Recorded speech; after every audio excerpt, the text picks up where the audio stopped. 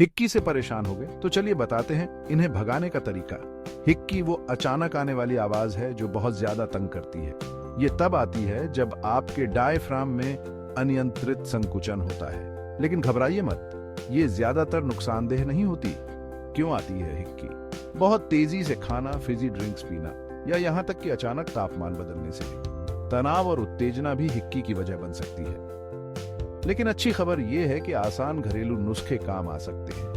जितनी देर हो सके अपनी सांस रोके, फिर धीरे धीरे छोड़े, या फिर एक गिलास ठंडा पानी जल्दी से पी लें। चीनी है पास, अपनी जीभ पर एक चम्मच चीनी रखें और घुलने दें। आप पेपर बैग में सांस लेने की कोशिश भी कर सकते हैं या अपनी जीभ को हल्के से खींचें। अगर 48 घंटे से ज्यादा हिक्की रहती है तो डॉक्टर को दिखाने का वक्त आ गया है। ये किसी अंदरूनी समस्या का संकेत हो सकता है, जैसे GERD या नर्व में जलन। तो अगली बार जब हिक्की आए तो आप जानते हैं क्या करना है। ये नुस्खे आजमाएं और हिक्की को अलविदा कहें।